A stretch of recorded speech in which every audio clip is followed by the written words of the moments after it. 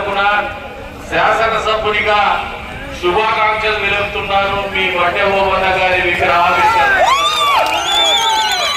ఎప్పుడు కూడా వెనకబడిన వర్గాల్లో పుట్టినటువంటి మనం ఒకటి ఆలోచన చేసుకోవాలా.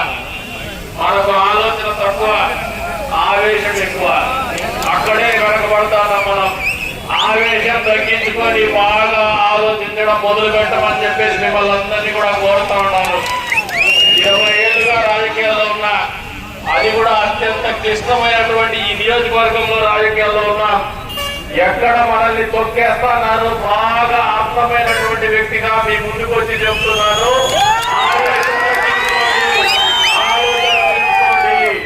ఎదుటి కంటే తెలివిగా నాగరికంగా బతకడం కానీ ఆలోచన కానీ చేయడం నేర్చుకోమని చెప్పేసి మీ అందరికీ కూడా తెలియజేస్తా ఉన్నా. మీరందరూ కూడా ఒకసారి ఆలోచన చేసుకుంటే మాకు మీ కులం పట్ల, మన కులం పట్ల ఒక ప్రత్యేకమైనటువంటి గౌరవం ఉంది.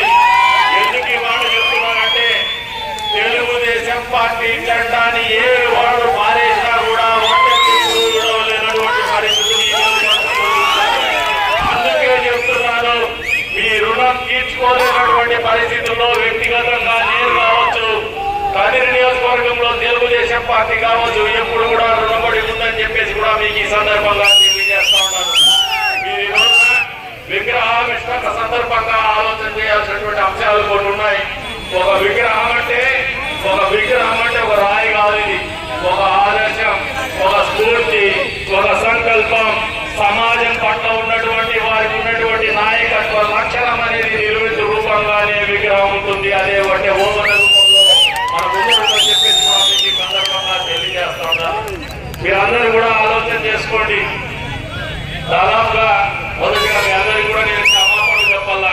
12 గంటలకు అనుకున్నటువంటి కార్యక్రమం 3 గంటలైనా కూడా నిరీక్షించి చూస్తున్నందుకు మిమ్మల్ని క్షమాపణ కోరుకుంటూ మనస్ఫూర్తిగా ధన్యవాదాలు చేస్తున్నాను.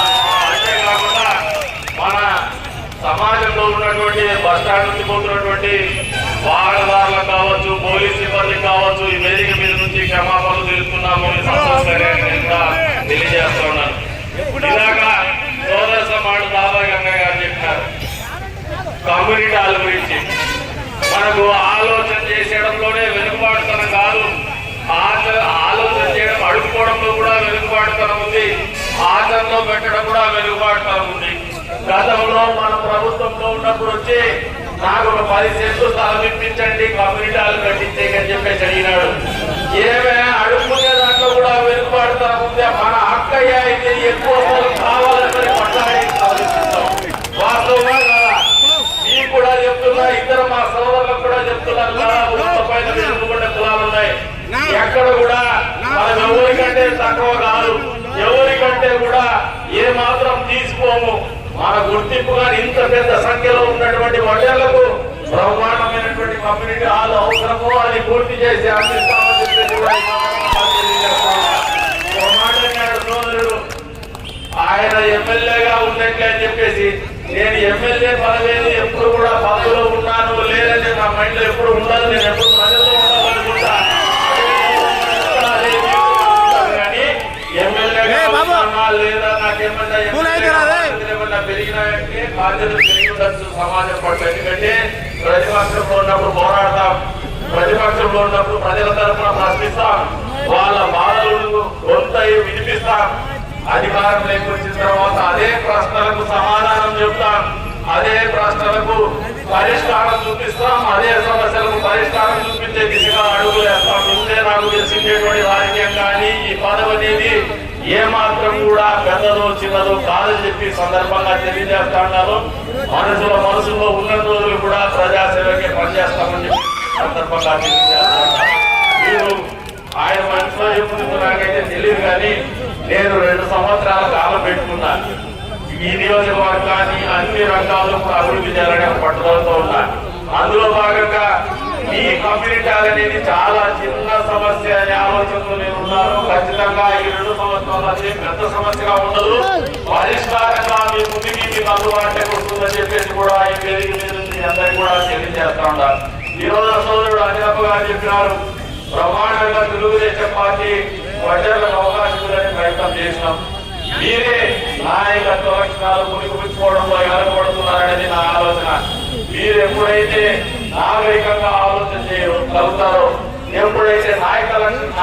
లక్షణాలు పుణిపుచ్చుకుంటారు.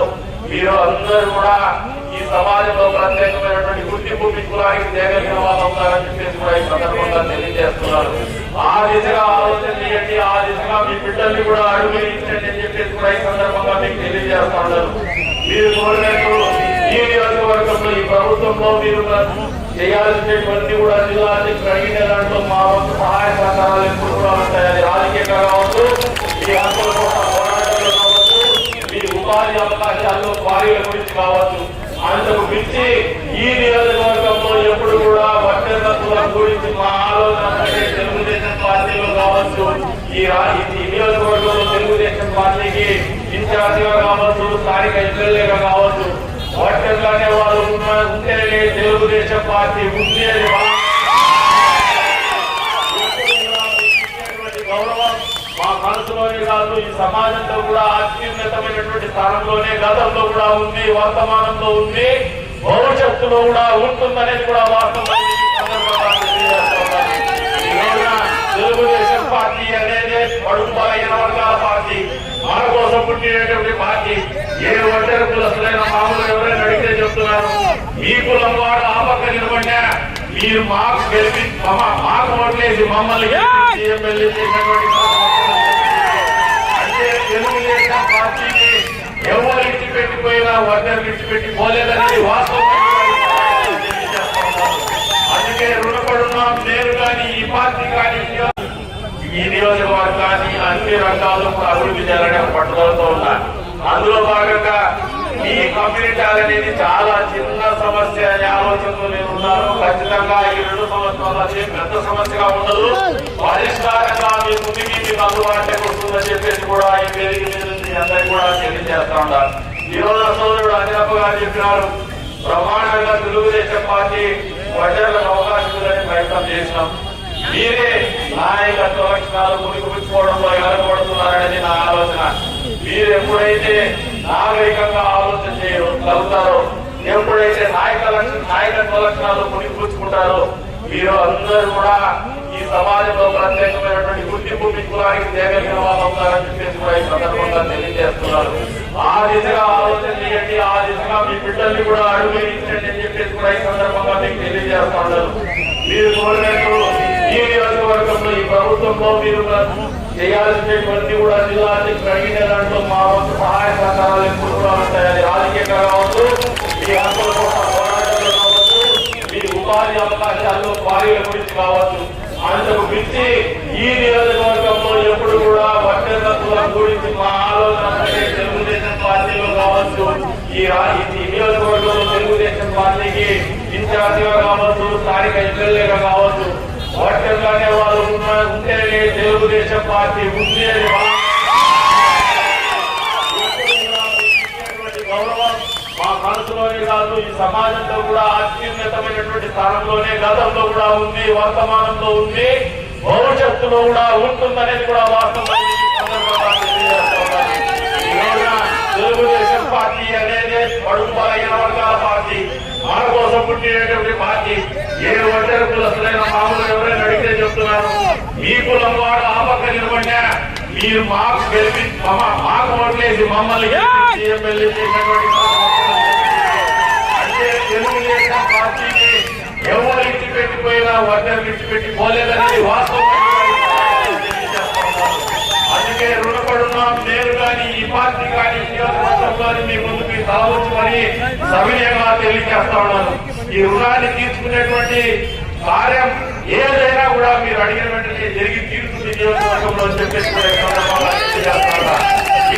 5 నెలల కాలంలో అధికారంలోకి వచ్చిన తర్వాత కూడా మీ కుల సంఘాలు ఎప్పుడైనా అంతర్గతంగా చర్చించుకోవడం ఇప్పుడే కూడా మీకు ఆ వాస్తవాలు అర్థమవుతాయి. మీరు ఎప్పుడు వచ్చినా కూడా మీ గౌరవం తప్పుతుంది. మీరు ఏం మాట్లాడినా కూడా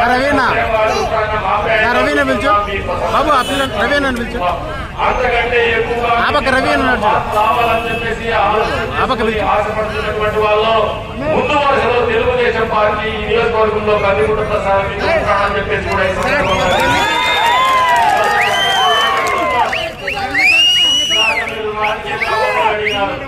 100% మీలో సమర్థితమైనటువంటి నాయకత్వం ప్రతి ఒక్కరికి కూడా అవకాశాలు కల్పిస్తామని చెప్పేసి కూడా ఈ సందర్భంగా తెలియజేస్తున్నాం.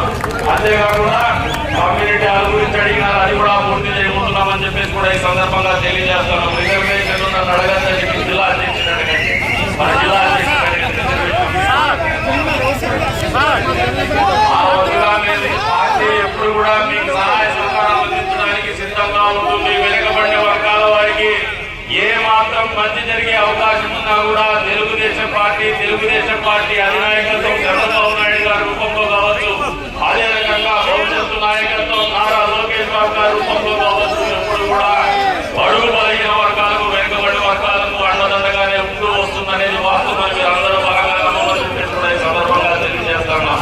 అందులో భాగంగానే భవిష్యత్తులో కూడా మన ఆశలు కావచ్చు, మన హక్కులు కావచ్చు కాపాడేటువంటి కార్యక్రమాలు బాధ్యత తెలుగుదేశం పార్టీ తీసుకుంటుందని చెప్పేసి కూడా ఈ సందర్భంగా తెలియజేసుకుంటూ మరొకసారి సమయాభావానికి మీ అందరినీ కూడా క్షమాపణలు కోరుకుంటూ, అదే రకంగా అసౌకర్యానికి ప్రయాణికులు కావచ్చు, ప్రజల్ని కావచ్చు, పోలీస్ సిబ్బందిని కావచ్చు మరొకసారి క్షమాపణలు కోరుకుంటూ అవకాశం కల్పించిన ప్రతి ఒక్కరికి పేరు పేరున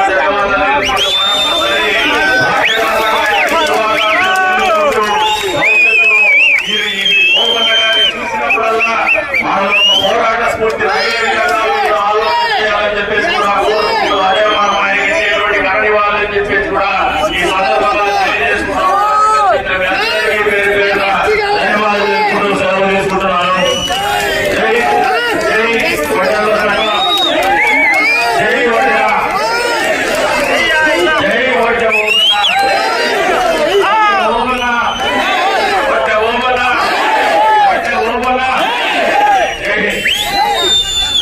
Sorry.